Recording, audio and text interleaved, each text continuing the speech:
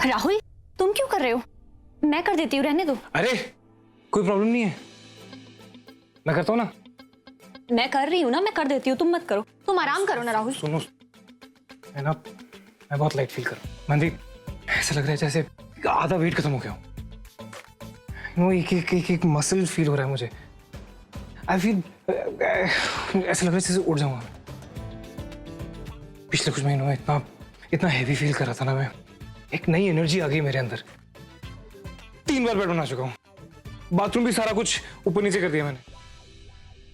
मैं समझ सकती हूँ, तुम्हें वो शेर की आत्मा थी ना, वो निकल गई है, इसलिए तुम इतना रिलैक्स फील कर रहे हो। एब्सोल्युटली। तो अब तुम आराम कर लो और हटो, उठो इससे। मानवी का आइडिया मेरे पास। क्या राहुल? वेकेशन। सब लोग वेकेशन पे चलते हैं। मॉम, डैड, तुम्हारी फैमिली, मेरी फैमिली, सब एक साथ एक काम करेंगे। बाबा को और पापा को ना एक कॉटेज में बंद कर देंगे और बोलेंगे लड़ो अपने पास।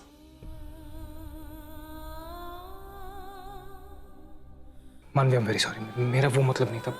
मैं इतना बड़ा गधा हूं ना। मैं जानती हूँ राहुल, मैं जानती हूँ कि तुम्हारा वो मतलब नहीं था, लेकिन मुझे ये समझ में नहीं आता कि भगवान ने दुनिया के सारे दुख मुझे ही क्यों दिए? मेरे ही दादा को मुझसे क्यों छीना? मेरी क्या गलती थी? तुम्हारी कोई गलती नहीं थी इसमें मानवी, प्लीज ऐसा मत सोचो।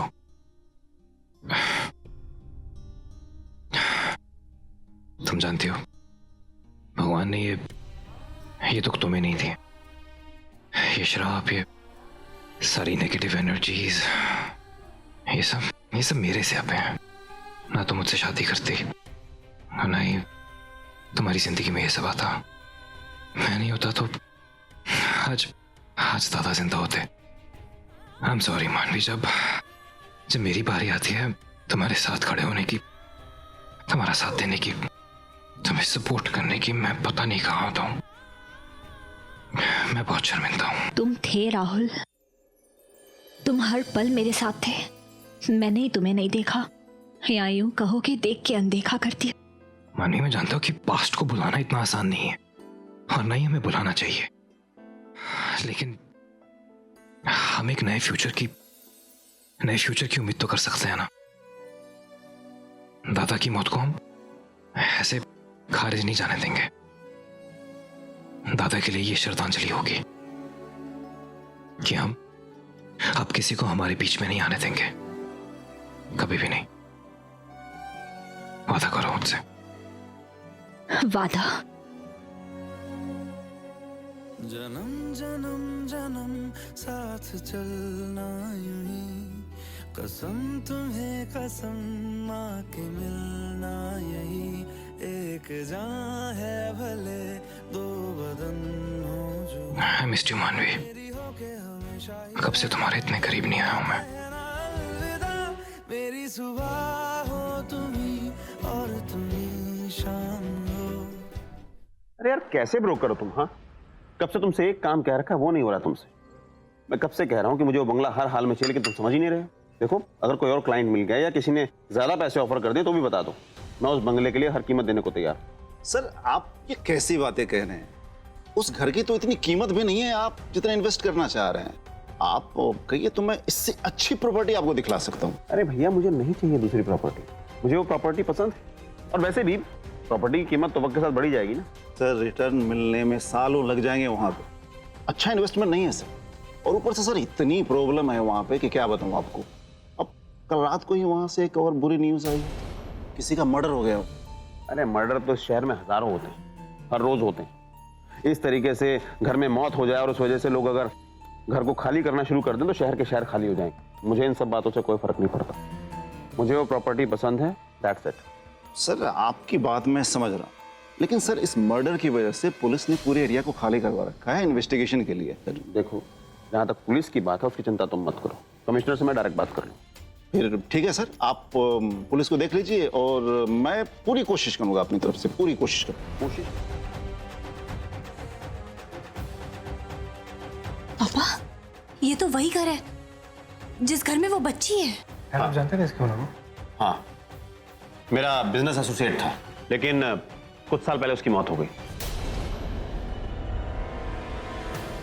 डॉक्टर बिली मोरिया, आप इसके यहाँ पे एक बार गए थे ना? ये वही है ना? हाँ, वो एक्चुअली गुड़गांव में रहता था, लेकिन ये घर उसने हॉलीडे होम बनाया था। कभी कभी पार्टी करता था, तो इस सिलसिले में हम भी गए थे वहाँ। लेकिन पापा, उनकी मौत हुई कैसे? उसकी मौत भी अपने आप में बहुत बड़ा स्कैंडल था। एग्जैक्टली तो नहीं पता। उसकी एक बीवी थी जो उससे उम्र में बहुत कम थी, और 2 बच्चे थे। पर मुझे क्यों नहीं याद आ रहा है?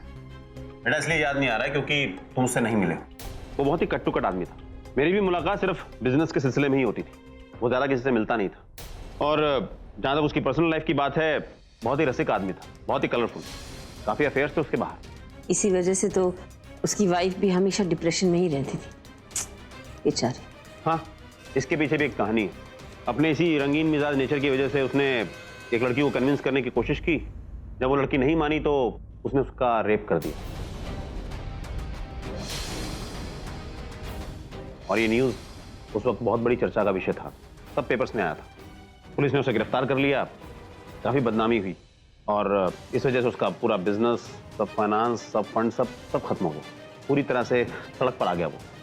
कुछ दिनों के बाद उसकी बीवी अपने बच्चों को लेकर के पता नहीं कहाँ चली गई, और आज तक उनका कुछ पता नहीं चला।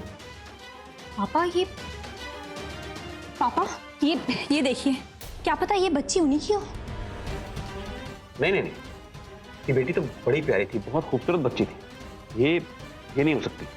ये बच्ची किसी आसपास के गांव की होगी, जो भटकते हुए इस घर में आ गई होगी। ये नहीं हो सकता। तुम लोगों को यकीन नहीं होगा, मैं इतने सालों से इस बंगले को खरीदने की कोशिश कर रहा हूँ, लेकिन हर बार कोई ना कोई प्रॉब्लम हो जाती। और बीच में ये प्रॉब्लम आ गई।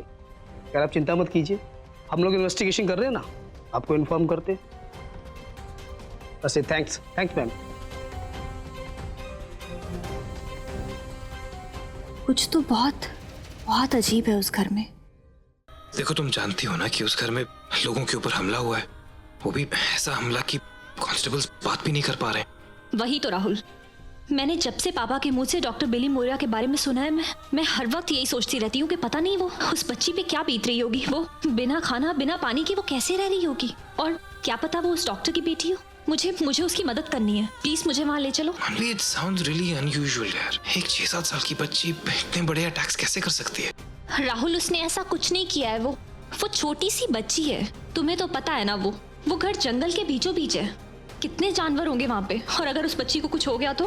प्लीज चलो ना राहुल वहां पे, प्लीज राहुल। कौन है वहां पर? क्या हुआ?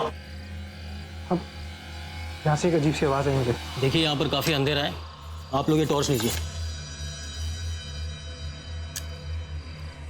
अब हम यहाँ देखते हैं।